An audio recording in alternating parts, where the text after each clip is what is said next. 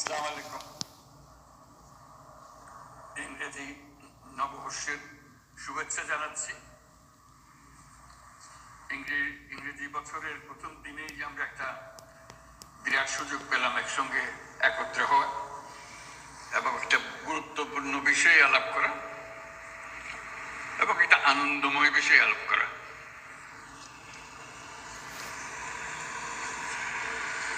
আন্তর্জাতিক বাণিজ্য মেলা যখন শুরু হয়েছে প্রথম দিকে দু একবার যাওয়ার সুযোগ হয়েছিল। বেশ ফুর্তি লাগে, মজা লাগে দেখতে। নামটা হলো আন্তর্জাতিক বাণিজ্য মেলা, তিনটা শব্দ। কারো কারো পছন্দ আন্তর্জাতিকের দিকে, খেয়াল ওদিকে, কারো কারো মনোযোগ বাণিজ্যের দিকে, আর কারো খেয়াল মেলার দিকে। আমি মেলার দিকে।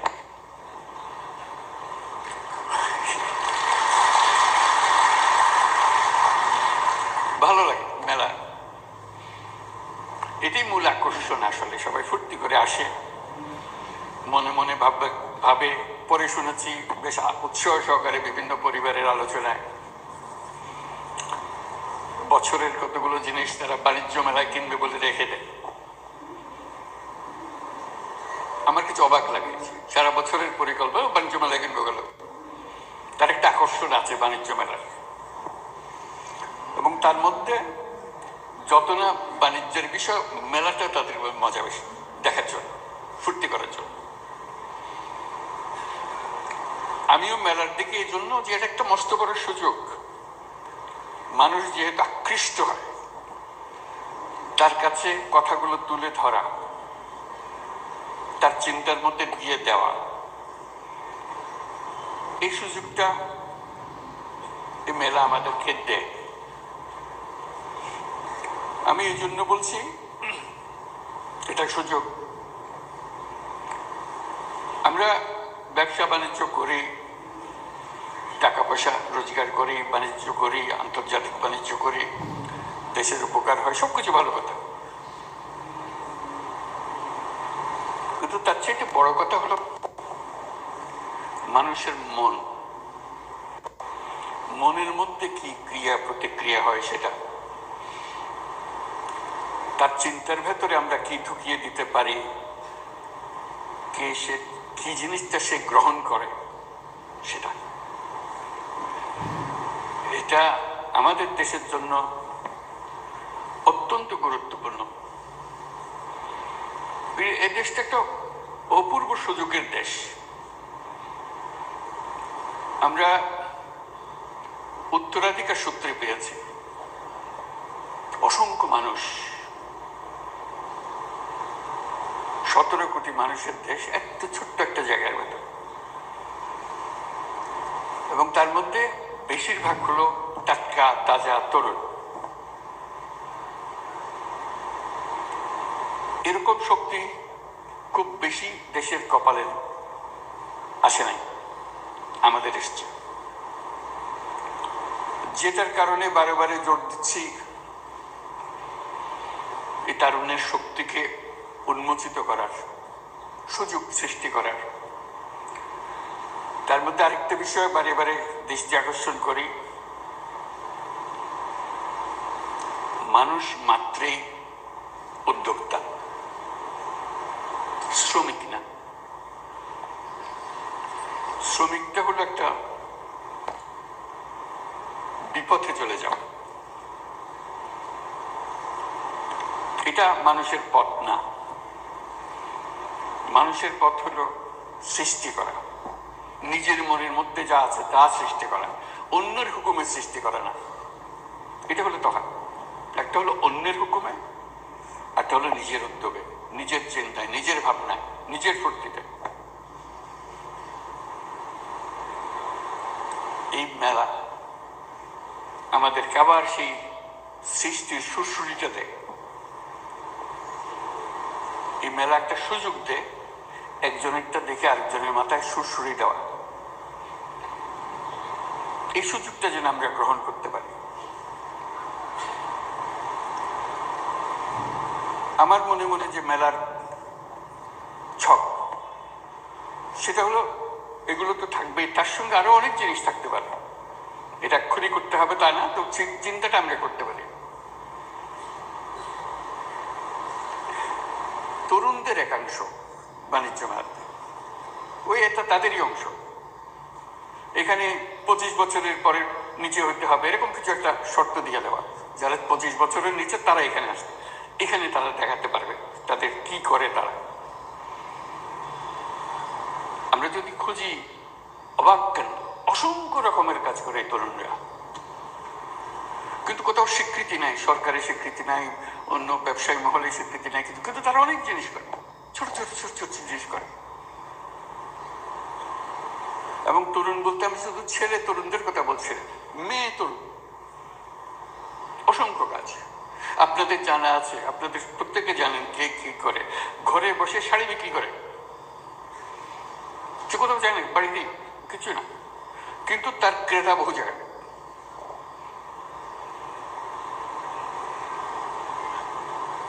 গৃহিণী, বয়স্ক মহিলা, 4-5 ছেলে মেয়ের মা ব্যবসা করছে। কি করে? রান্না করে খাওয়া। অর্ডারটা 3 দিন আগে দিতে হয়, কি কি চান, কি কি জিনিস, ঠিক রান্না করে আপনার বাড়িতে পৌঁছে দিচ্ছে। কোনো স্বীকৃতি নাই।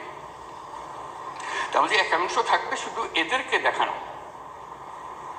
যারা অত্যন্ত চমৎকার বুদ্ধি নিয়ে এই দুনিয়ার সব কাজের ফাঁকে দিয়ে সে একটা ব্যবসা নিজে সৃষ্টি করে ফেলেছে।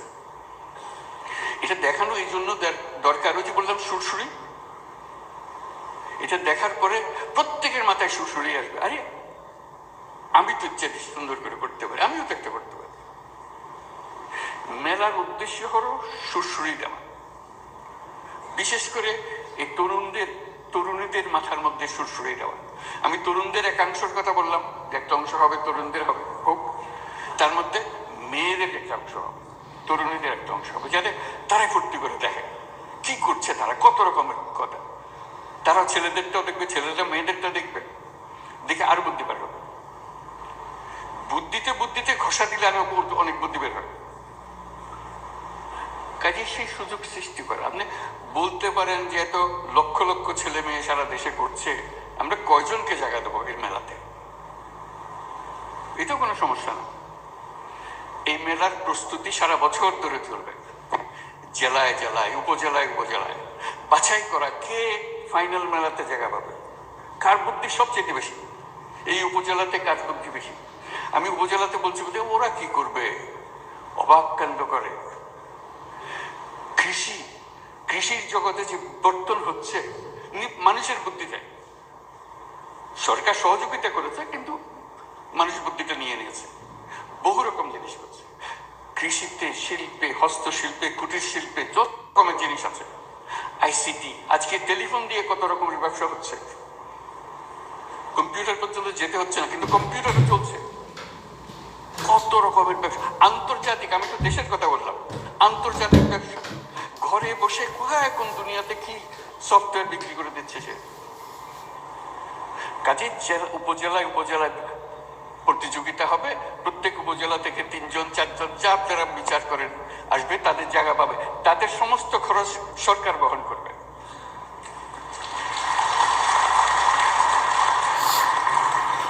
কারণ তারা তো আমাদের পথ প্রদর্শক, তারা জাতিকে পথ প্রদর্শন করবে, দুনিয়াকে পথ প্রদর্শন করবে। এই যেগুলো এখানে আসবে শুধু সেটা বাংলাদেশের সেরা না, তারা দেখবেন যে অনেকে দুনিয়ার সেরা হয়ে গেছে।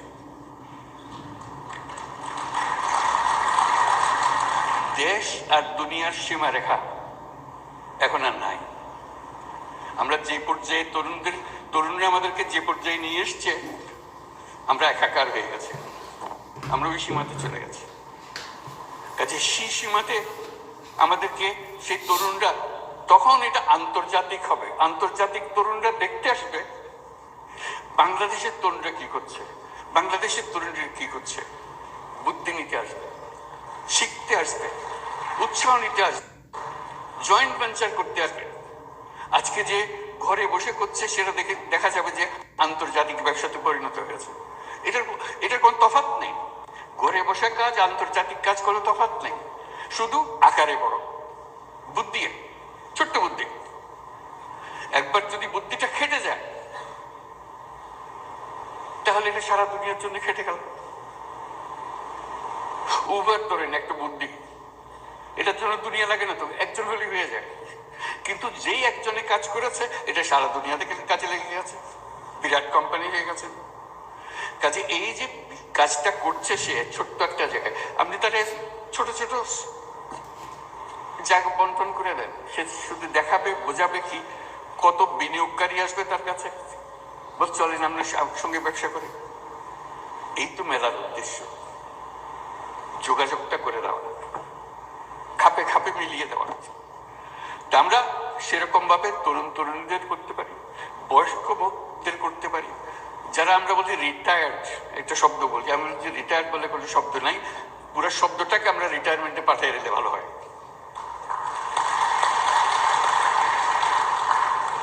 একজন মানুষ কখনো রিটায়ার করতে পারে না,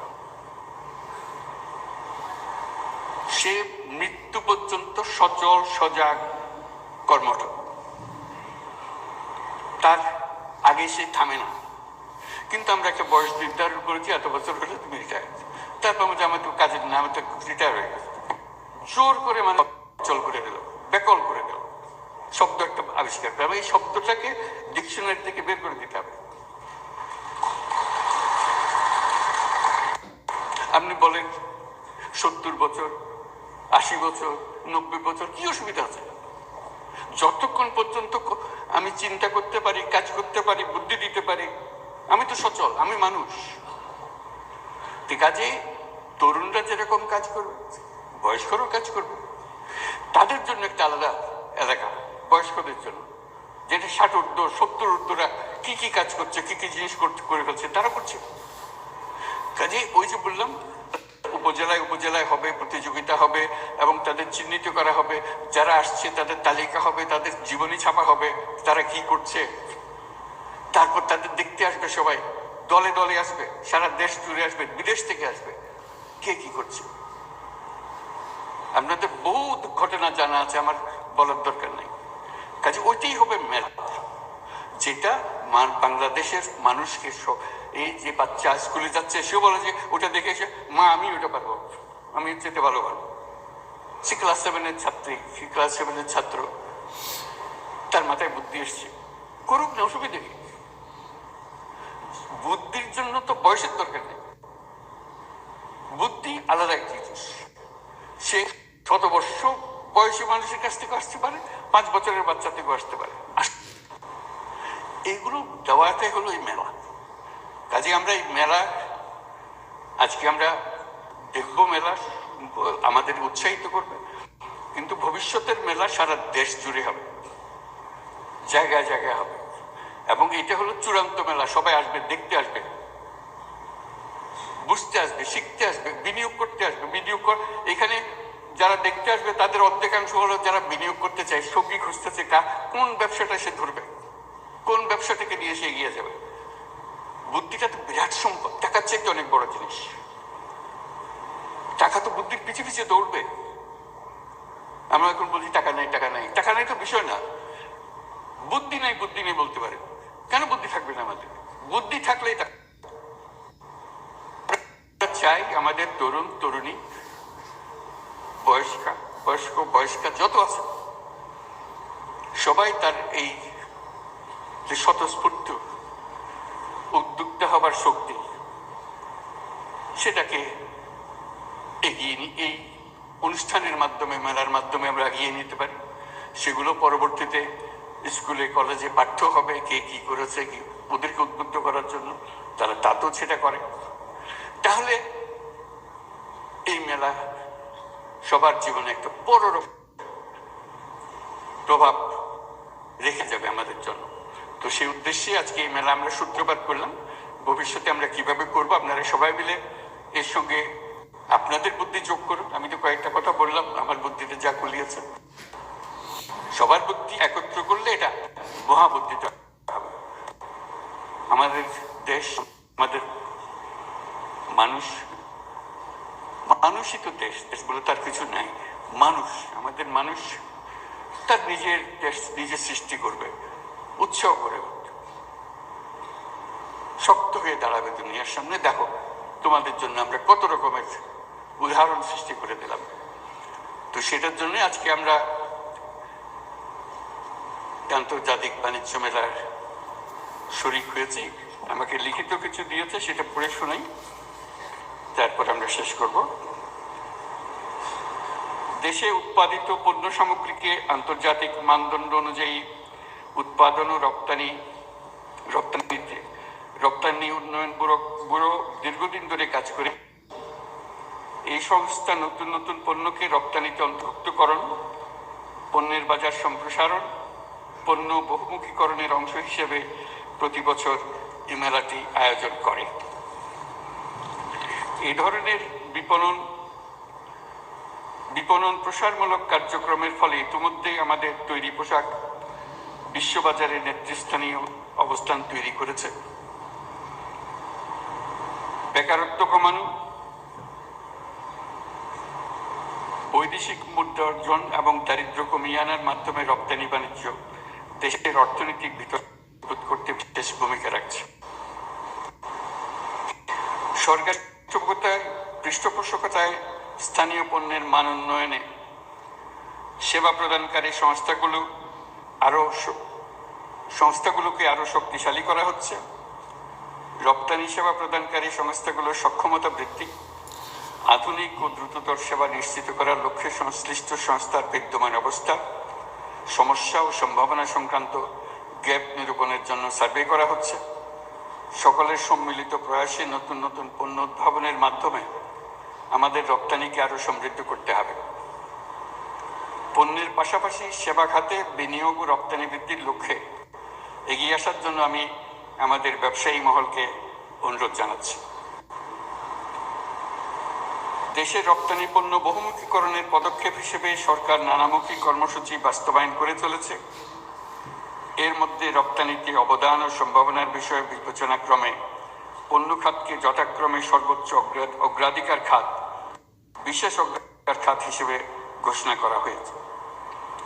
এছাড়া রপ্তানি প্রসার ও উৎপাদনামূলক কর্মকাণ্ডকে বেগবান করতে প্রতি বছর একটি পণ্যকে প্রোডাক্ট অফ দ্য ইয়ার, বর্ষের হিসেবে ঘোষণা দেওয়া হয়। এই প্রক্রিয়ার মাধ্যমে আমি প্রোডাক্ট অফ দ্য ইয়ার তো বটেই, এন্টারপ্রেনিয়র অফ দ্য ইয়ার সেটাও পরিচিত করতে চাচ্ছি, যাতে করে প্রোডাক্টের উপরে যেমন জোর, তার চেয়ে বেশি জোর যে করলোটাকে। এই প্রক্রিয়ার মাধ্যমে জনগণকে ঘোষিত পণ্যের উৎপাদন ও বিপণনে উৎসাহিতকরণে প্রয়োজনীয় পদক্ষেপ নেওয়া হয়। এবার ফার্নিচার পণ্যকে 2005 সালের বর্ষসেরা পণ্য হিসেবে ঘোষণা করা হয়েছে। বাংলাদেশে উৎপাদিত প্রক্রিয়াকৃত পণ্য ও সেবা সামগ্রীকে বহির্বিশ্বে রপ্তানির পথ সুগম করার লক্ষ্যে আয়োজিত 29তম ঢাকা আন্তর্জাতিক বাণিজ্য মেলাতে সম্পৃক্ত বাণিজ্য মন্ত্রণালয় এবং রপ্তানি উন্নয়ন ব্যুরো সহ সকল মন্ত্রণালয় ও সংস্থাকে আমি আন্তরিক ধন্যবাদ জানাচ্ছি। এই সঙ্গে আমি ঢাকা আন্তর্জাতিক বাণিজ্য মেলা 2025-এর শুভ উদ্বোধন ঘোষণা করছি।